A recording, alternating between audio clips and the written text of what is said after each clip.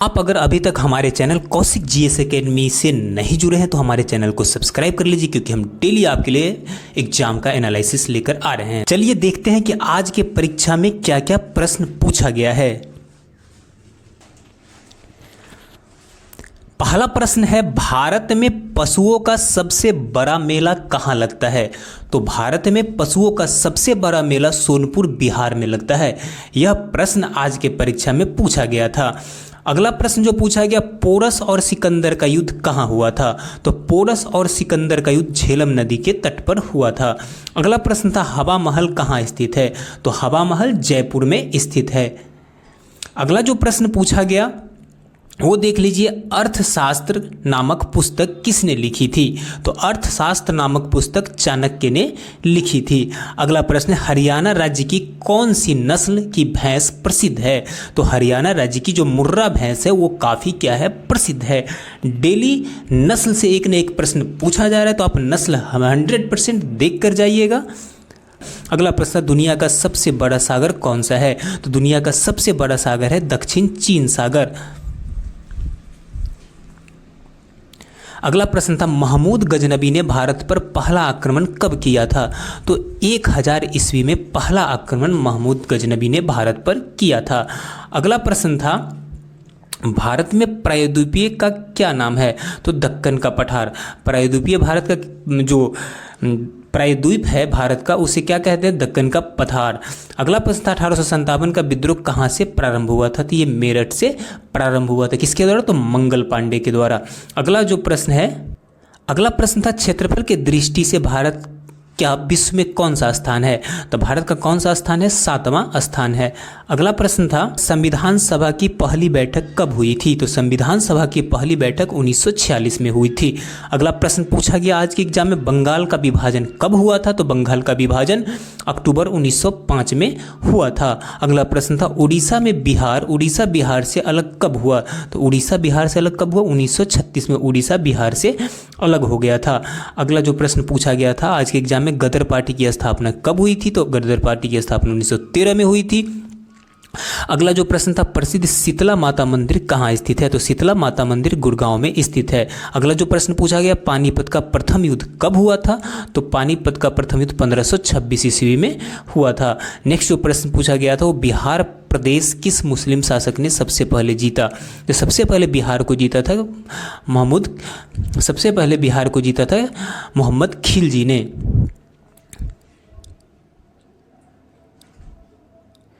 अगला प्रश्न था, बिहार प्रदेश किस मुस्लिम शासक ने सबसे पहले जीता था? सबसे पहले किसने जीता था? खिलजी ने। अगला जो प्रश्न पूछा गया, ताजमहल का डिजाइन किसने तैयार किया था? तो ताजमहल का डिजाइन किसने तैयार किया था? उस्ताद ईसा। किसने किया था? उस्ताद ईसा। अगला जो कुछ और प्रश्न बाद में आए, क्योंकि पूरे दिन प्रश्नों को इकट्ठा किया गया, उसके बाद कई प्रश्न तो अलग अलग शिफ्ट में रिपीट भी हो रहे, याद रखिएगा। अंत्योदय योजना किस राज्य में शुरू किया गया था? अंत्योदय योजना राजस्थान में शुरू किया गया। कहाँ शुरू किया गया? राजस्थान में। और जो प्रश्न आया बाद में वो देख लीजिए, अंत्योदय योजना किस राज्य में शुरू किया गया? तो ये किया गया कहाँ पे? राजस्थान में शुरू किया गया। उसके बाद जो अगला प्रश्न आया था, दाल का सबसे अधिक उत्पादन करने वाला राज्य कौन सा है? तो ये है राजस्थान। कौन है? राजस्थान। अगला जो प्रश्न आया वो देख लीजिए अपने स्क्रीन पर, बिहार में कौन सा खनिज पाया जाता है? तो बिहार में अभी जो झारखंड से अलग होने के बाद सबसे ज़्यादा मैंगनीज पाया जाता है। नेक्स्ट अगला प्रश्न था, नयन का संधि विच्छेद क्या होगा? तो ने जोर अन। क्या होगा? ने जोर अन। अगला प्रश्न था, सुख दुख में कौन सा समास है? तो सुख दुख में द्वंद्व समास है। कौन सा समास है? द्वंद्व समास है। तो समास, पर्यायवाची, विलोम, ये सारा आप देख के जाइएगा। मुहावरा, नवजीवन में कौन सा समास है? तो नवजीवन में कर्मधारय समास है। अगला जो प्रश्न पूछा गया देख लीजिए, ऊंट के मुंह में जीरा के फौरन का अर्थ क्या होगा? देख लीजिए, मुहावरा भी पूछा जाए, आवश्यकता से बहुत बहुत कम, है ना। तो ये सभी आप एक बार देख के जाइएगा। नाइटहुड की उपाधि किसने लौटा दी थी? तो जालियांवाला बाग के हत्या के कारण रविन्द्रनाथ टैगोर ने अपनी नाइटहुड की उपाधि क्या कर दी थी? वापस लौटा दी थी। अगला प्रश्न है, हीराकुंड बांध किस नदी पर स्थित है? बांध परियोजना आप 100% देख के जाइएगा। तो महानदी उड़ीसा में है। कहाँ पे है? महानदी उड़ीसा में। अगला है, गरीबी उन्मूलन दिवस कब मनाया जाता है? गरीबी उन्मूलन दिवस 17 अक्टूबर को मनाया जाता है। अगला जो प्रश्न पूछा गया वो है, निम्न में से अगला प्रश्न पूछा गया निम्न में से कौन अघुलनशील है। तो ये ऑप्शन दिया हुआ था, इसमें अघुलनशील कौन सा है, तो तेल अघुलनशील है ऑप्शन के अनुसार। अगला जो प्रश्न पूछा गया था केला का कौन सा भाग नहीं खाया जाता है, तो केला का जड़ नहीं खाया जाता है। नेक्स्ट, मिश्रणीय पदार्थ निम्न में से कौन सा है, तो मिश्रणीय पदार्थ इसमें कौन है, तो स्याही है। अगला प्रश्न, भारत में चुनाव कौन करवाता है, तो भारत में निर्वाचन आयोग क्या करवाता है, चुनाव करवाता है। अगला प्रश्न था भारत में नेपाल को कौन सी नदी बांटती है, तो भारत नेपाल को बांटने वाली नदी है शारदा नदी। कौन सी नदी है, शारदा नदी। अगला प्रश्न था बास्केटबॉल खेल में कितने खिलाड़ी होते हैं, तो बास्केटबॉल फील्ड में 5 सक्रिय खिलाड़ी होते हैं, है ना। अगला प्रश्न था पृथ्वी पर जल की मात्रा कितने प्रतिशत पाया जाता है, पृथ्वी पर जल की मात्रा 71% पाया जाता है। एक बार पृथ्वी के बारे में भी देख लीजिएगा आप।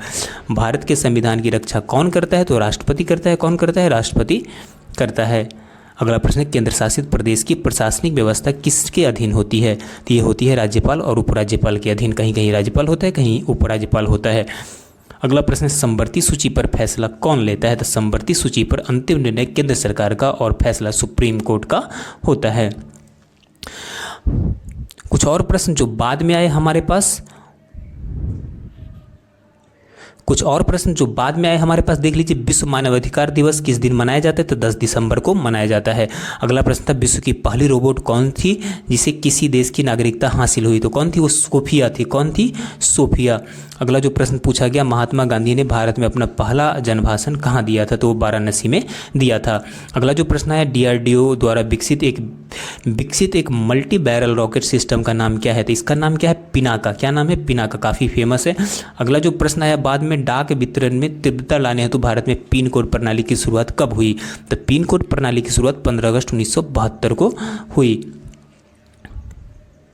अगला जो प्रश्न था वो देख लीजिए आप, यूएफओ का फुल फॉर्म क्या होता है, तो अनआइडेंटिफाइड फ्लाइंग ऑब्जेक्ट। अगला जो प्रश्न था वो देख लीजिए भारत में स्टॉक मार्केट के विनिमय के लिए कौन सी केंद्रीय एजेंसी जिम्मेदार है, तो वो जिम्मेदार है सेबी, भारतीय प्रतिभूति एवं विनिमय बोर्ड। और अगला प्रश्न जो पूछा गया चौरी चौरा घटना किस दिन घटी थी, तो ये घटी थी 5 फरवरी 1922 को। कब घटी थी, 5 फरवरी 1922 को। अगला प्रश्न था ब्रिटिश गवर्नर जनरल कौन थे जिन्होंने भारत में रेलवे का शुभारंभ किया, तो भारत में रेलवे का शुभारंभ करने वाला जो गवर्नर जनरल लॉर्ड डलहौजी थे।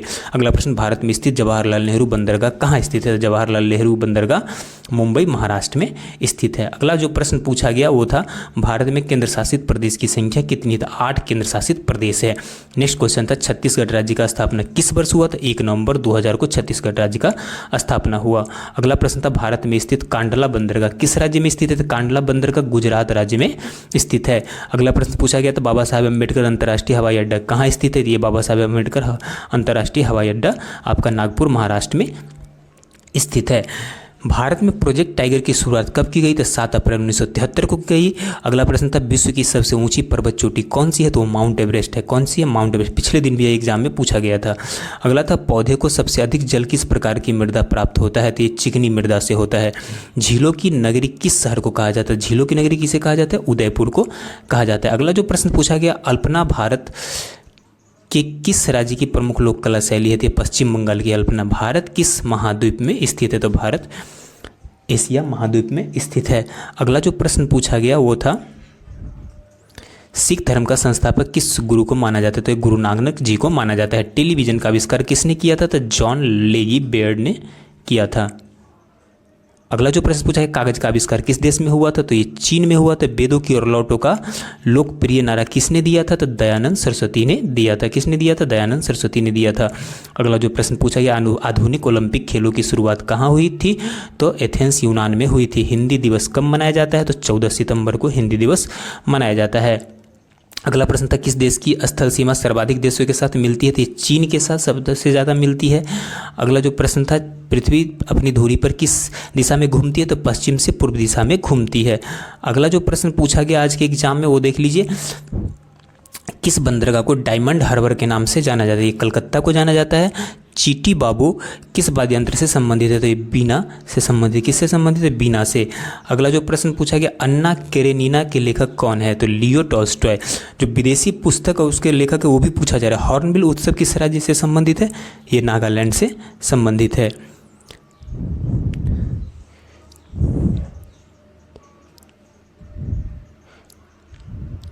अगला जो प्रश्न हुआ, तमिल समरदेव मुरुगन की पूजा समारोह के दौरान भक्तों द्वारा कौन सा नृत्य प्रस्तुत किया जाता है? तो ये काबरी अट्टम नृत्य प्रस्तुत किया जाता है।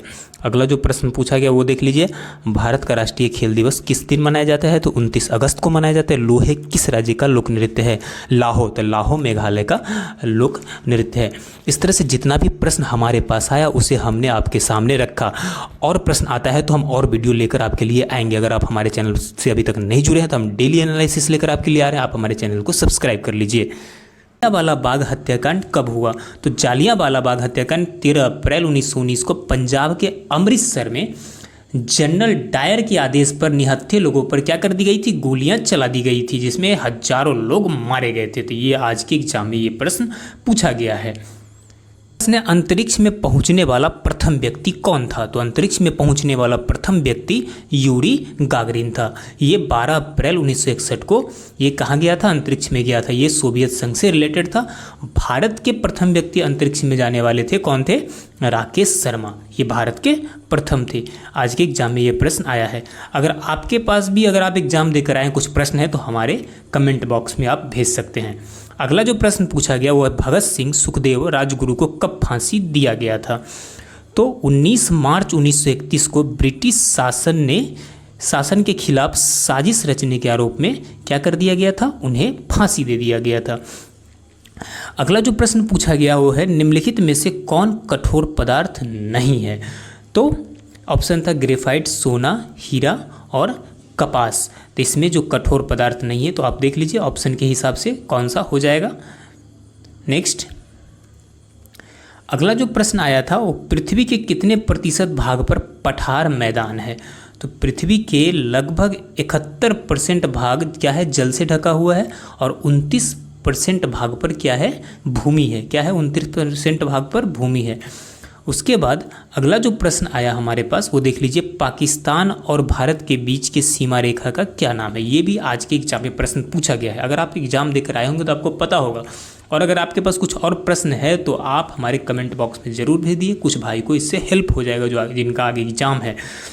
भारत पाकिस्तान के बीच में जो रेखा है वो रेड क्लिफ रेखा है। भारत चीन के बीच में जो है वो मैकमोहन रेखा है। और भारत अफगानिस्तान के बीच में है वो कौन सी रेखा है? डुरंड रेखा है। अगला जो प्रश्न है, निम्नलिखित में से कौन ऊर्जा का स्रोत है? तो ऊर्जा का स्रोत यहाँ पे देख लीजिए ऑप्शन के हिसाब से था नवीकरणीय ऊर्जा का स्रोत, सूरज, हवा, पानी ऊर्जा और नवीकरणीय ऊर्जा के स्रोत जो खत्म होने वाला है।